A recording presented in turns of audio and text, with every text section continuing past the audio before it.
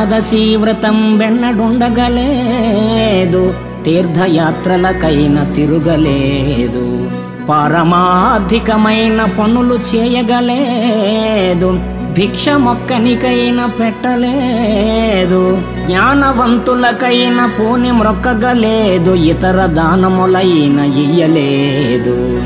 నలినదల నేత్ర నిన్నునే నమ్మినాను, చేరి రక్షింపవే నన్ను శీఘ్రముగను. భూషణ వికాస శ్రీధర్మపుర నివాస, దుష్ట సంహార నరసింహ దురిత దూర.